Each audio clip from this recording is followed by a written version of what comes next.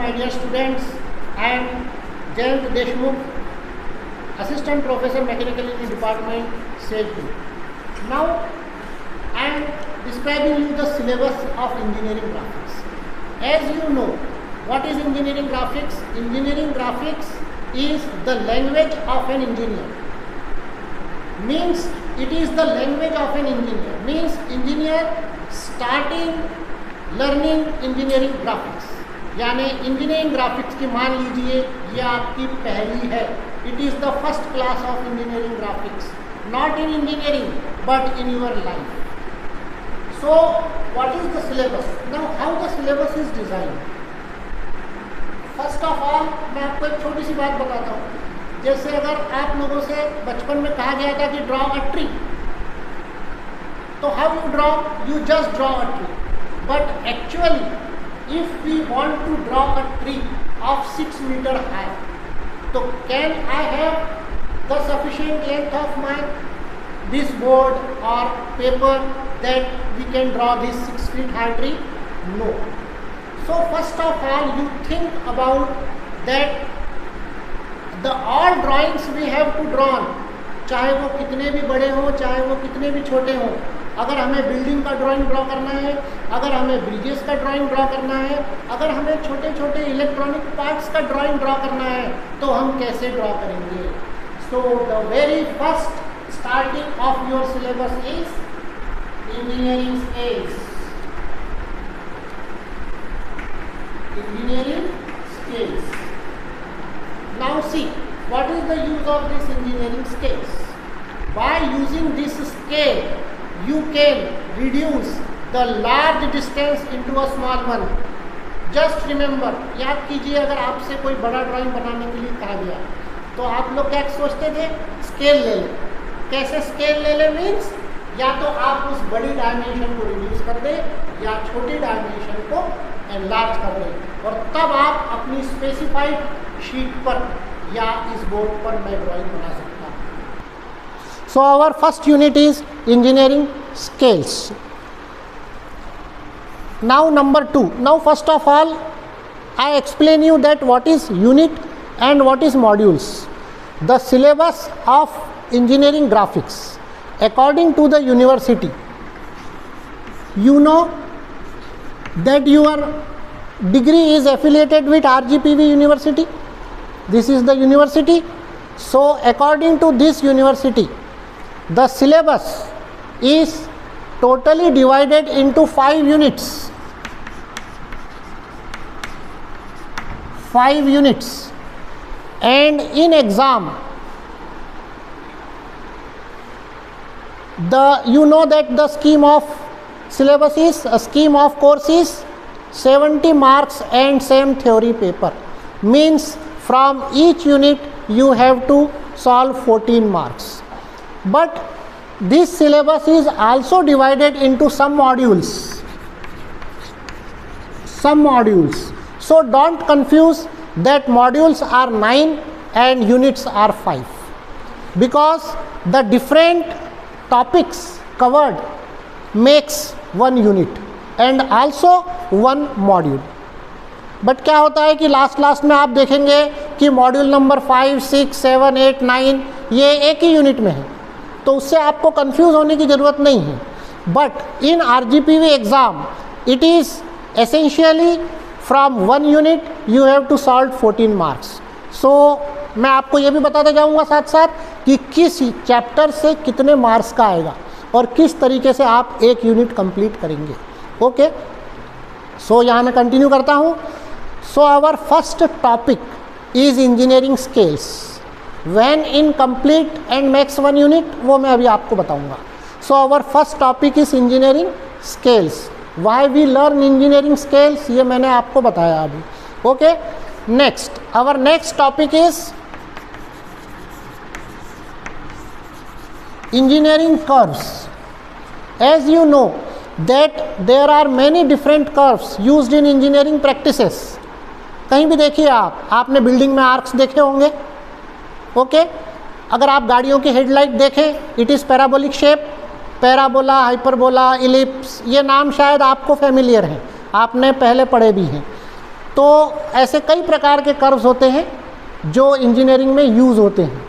उन कर्व्स को कैसे ड्रॉ करते हैं वो आपको यहाँ पर बताया जाएगा। और ये इन कर्व्स के भी 2 पार्ट्स है। First part is conic section and second part is special curves. Special curves, okay. So अब ध्यान से देखिएगा कि आपने कितने चैप्टर स्टडी किए। आपने पहला चैप्टर स्टडी किया इंजीनियरिंग स्केल्स, आपने दूसरा चैप्टर स्टडी किया इंजीनियरिंग कर्व्स, इसमें आपने स्टडी किया कॉनिक सेक्शन और इसमें आपने स्टडी किया स्पेशल कर्व्स। अब अगर मैं आपसे कहूँ कि ये सब मिलके बनता है आपका unit number 1, it is unit number 1, means what? Means it tends that 14 marks question in RGPV exam come from these topics. कैसा हो सकता है? Either this is of 7 marks or this is of 7 marks और this is of 7 marks. ये किसी भी प्रकार से हो सकता है। इन दो के बीच में और भी लग सकता है या फिर इन दोनों में से कोई एक भी आ सकता है। But these topics covers 1 unit that is of 14 marks. Okay, so now our third topic. Our third topic is projections. कई प्रकार के projections होते हैं, तो हम यहाँ पे स्टार्ट करेंगे ऑर्थोग्राफिक प्रोजेक्शन। सो प्रोजेक्शन का जो टॉपिक है it is very important topic, because projection का मतलब होता है draw the images of any object on a plane. तो बताइए कितने प्रकार के ऑब्जेक्ट्स हो सकते हैं? दुनिया में कई प्रकार के ऑब्जेक्ट्स हैं, उन सब का ड्राइंग आपको आपके प्लेन पेपर पर ड्रॉ करना आना चाहिए। और इसके लिए प्रोजेक्शन 3 to 4 टाइप्स होते हैं, वो अपन बाद में देखेंगे। लेकिन अभी आपका जो टॉपिक स्टार्ट होता है that is from orthographic projection, और इसके अंडर आप सबसे पहले पढ़ते हैं प्रोजेक्शन ऑफ पॉइंट। आपको याद होगा, आपने अगर कोऑर्डिनेट ज्योमेट्री स्टार्ट करी होगी तो सबसे पहले आपने किस ऑब्जेक्ट को मार्क किया था? That is point. So the simplest object is point, and step by step we go further for projection. So सबसे पहले हम ड्रॉ करते हैं projection of point. This is the simplest object and you know how it looks. Point का अगर आप कोई भी व्यू बनाएं, पॉइंट को कहीं से भी देखें, अगर आपसे कहा जाए कि पॉइंट का ड्राइंग बनाइए, आप आसानी से बना सकते हैं। ये बन गया आपका पॉइंट। ओके, सो इसी तरीके से स्टेप बाय स्टेप हम स्टार्ट करते हैं। सबसे पहले आप पढ़ते हैं प्रोजेक्शन ऑफ पॉइंट, उसके बाद आप पढ़ेंगे प्रोजेक्शन ऑफ स्ट्रेट लाइन। देखिए ध्यान से, ये धीरे धीरे आपका स्लाइटली इंक्रीज होगा। सबसे पहले आपको पॉइंट बताया गया, फिर स्ट्रेट लाइन। अब पॉइंट में हम मान के चले कोई डायमेंशन नहीं है, लेकिन स्ट्रेट लाइन में एक डायमेंशन आएगी दैट इज़ लेंथ, और इसी तरह से डायमेंशन वाइज आप धीरे धीरे आगे बढ़ते जाएंगे। अब ये चैप्टर नंबर 3 ये आपका कवर करेगा या कहलाएगा second unit. It is your second unit. Means what do you mean by this? आपको मैंने अभी इसके पहले बताया था, according to the syllabus in your theory paper from 1 unit 14 marks question is compulsorily attempted. Means second unit से आपको 14 marks का क्वेश्चन आएगा, and as compare to other syllabus this takes very less time and also easy. So try to understand very perfectly this topic. Why? There are 2 reasons. Simple सी बात है, मैं यहाँ से start कर रहा हूँ।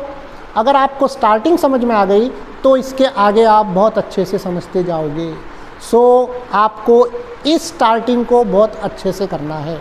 सो ये आपको पूरा अटेम्प्ट करेगा 14 marks. It completely attempted 14 marks. Okay, now I come on 4th topic. Your 4th topic is projection of planes. Projection of planes. देखिएगा ध्यान से, हम कैसे सिंसियरली या स्टेप बाय स्टेप आगे चल रहे हैं। पहले आपने पॉइंट किया, फिर आपने स्ट्रेट लाइन किया। अब आप करेंगे प्लेन। प्लेन आपको पता है, प्लेन में 2 डायमेंशंस होंगी, that is length and height. This is a plane, है ना। और ये प्लेन्स वगैरह आप लोगों ने कोऑर्डिनेट ज्योमेट्री में बहुत बनाए हैं, ठीक है, रेक्टेंगुलर प्लेन, है ना। तो projection of plane is our 4th topic, it is your topic not unit. Now I come on 5th topic, it is projection of solids. फिर देखिए ध्यान से, हम एक डायमेंशन और आगे गए, यहाँ कोई डायमेंशन नहीं थी, स्ट्रेट लाइन की एक डायमेंशन आई, दैट इज़ लेंथ। प्लेन में 2 डायमेंशन आई, that is length and height. और अब आता है सॉलिड। सॉलिड में 3 डायमेंशंस होती हैं। तो ये है आपका 5th chapter, it is projection of solid. Now these 2 chapters, plane and solid, combined makes your 3rd unit। Means what? Means 3rd unit से भी आपको 14 मार्क्स का आएगा, यानी आपको यहाँ से 14 मार्क्स का क्वेश्चन एग्जाम में अटेम्प्ट करना है। अब आप लोग प्लान करिए, दिस 7 मार्क्स और this 14। So our next topic is sections of solids. Now see here projection ends. So what we studied, हमने क्या क्या देख लिया? Projection of point, projection of line, projection of plane, projection of solid. Means this combined your projection. Means अब आपको projection का मतलब क्या है? क्लियर, आपको किसी भी ऑब्जेक्ट को ड्रॉ करना है ना। तो वो ड्रॉ करने के जो अलग अलग तरीके रहते हैं वो अपन बाद में अलग अलग टॉपिक्स में देखेंगे। अभी आप इतना समझिएगा कि projection means draw the image of any object on a plane. Okay, so अब यहाँ प्रोजेक्शन ख़त्म हो गया, अब यहाँ आ गया section, sections of solid. Means these are the application of projection. आप लोगों ने प्रोजेक्शन सीख लिया, आप लोगों को प्रोजेक्शन आ गया, मीन्स अब आप किसी भी ऑब्जेक्ट का ड्राइंग बना सकते हैं। तो अब देखिए हमें क्या सीखना है, अब हमें सीखना है सेक्शंस ऑफ सॉलिड, यानी हम ड्राइंग को अब थोड़ा और आगे बढ़ाते हैं। सेक्शन ऑफ सॉलिड का मतलब होता है, आप लोग याद करिए, कॉनिक सेक्शन, ये नाम आप लोगों ने सुना होगा। कॉनिक सेक्शन का मतलब क्या होता है कि अगर हम किसी कोन को कट करते हैं तब हमें जो सेक्शन पार्ट दिखाई देता है, यानी कटा हुआ पोर्शन, वो होता है conic section. And conic sections are ellipse, parabola and hyperbola. Means अब हमको किसी भी ऑब्जेक्ट को कट करना है और कट करने के बाद वो ऑब्जेक्ट कैसा दिखाई देगा, हमें वो ड्रॉ करना है। इसकी एप्लीकेशंस होती हैं मैकेनिकल इंजीनियरिंग में। जैसे किसी भी मशीन को अपन एज्यूम करते हैं कि अपन ने उसको आधा कट कर दिया, क्यों? तब तो आपको उसके हिडन पार्ट्स दिखाई देंगे, लेकिन अगर आप उन हिडन पार्ट्स को डायरेक्टली ड्रॉ करते हो तो वो आपको समझ में नहीं आएंगे, ठीक है। So this is an application which is used in mechanical engineering and development of surfaces. Now see, development of surfaces यानी किसी भी सरफेस को डेवलप करना। अब ध्यान देखिए, बता सकते हैं आप कि आपने लिफाफा कैसे बनाया? An envelope, any box of मिठाई का डब्बा। मिठाई का डब्बा कैसे बनता है? खोल के देखिए कभी मिठाई के डिब्बे को, तो आपको उस ऑब्जेक्ट का जो ओपन शेप दिखाई देगा, that is called development of surfaces. और अगर ये आपको आएगा तभी आप उस ऑब्जेक्ट को बना पाओगे। सोचिए, कार की पूरी बॉडी, एरोप्लेन की पूरी सरफेसेस, ये कैसे बनती हैं? ये सब बनती है, पहले उनका डेवलपमेंट फाइंड किया जाता है। तो अब आपको यहाँ पर एप्लीकेशन सिखाई जाएगी, section of solid and development of surfaces.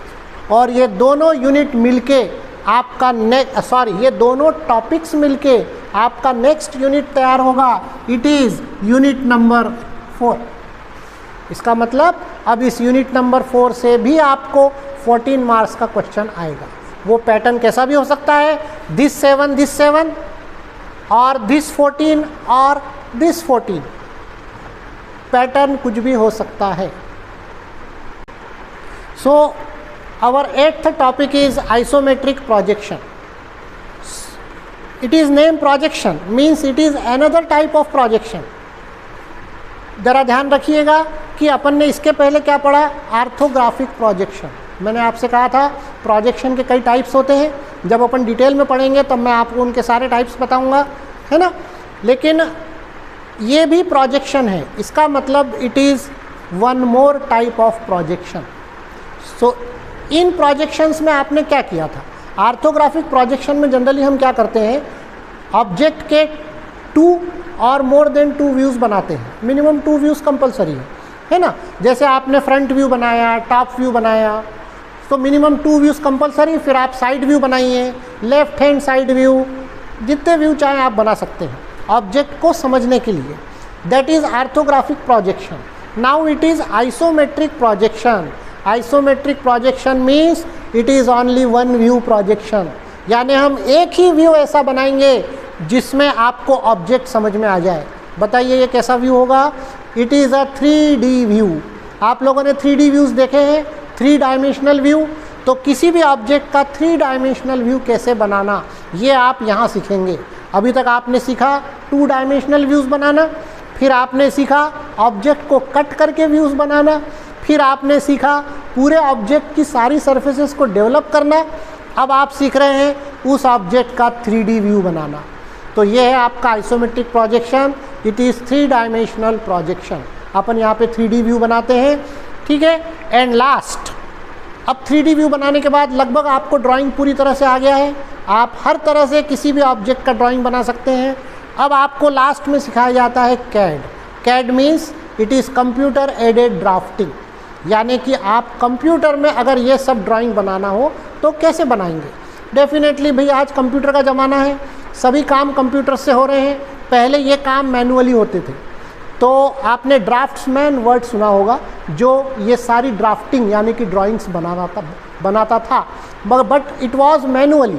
लेकिन अब ये सारा काम कंप्यूटर पे होता है, तो आपको कंप्यूटर की कुछ कमांड सिखाई जाएंगी, कंप्यूटर पे इन ड्राइंग्स को बनाना सिखाया जाएगा, ठीक है। तो ये है आपका 8 and 9, this combines your unit number 5। ये हो गया unit number 4, this is your unit number 5। Means इसमें से भी आपको 14 मार्क्स का आएगा, हो सकता है ये 14 मार्क्स का आ जाए, ये 14 मार्क्स का आ जाए, बीच में आपको और दे दिया जाए, या फिर ये 7 मार्क्स का है, ये 7 मार्क्स का है, ऑप्शन कुछ भी हो सकते हैं। But you have to attempt it in 5th unit 14 marks. Okay, this complete.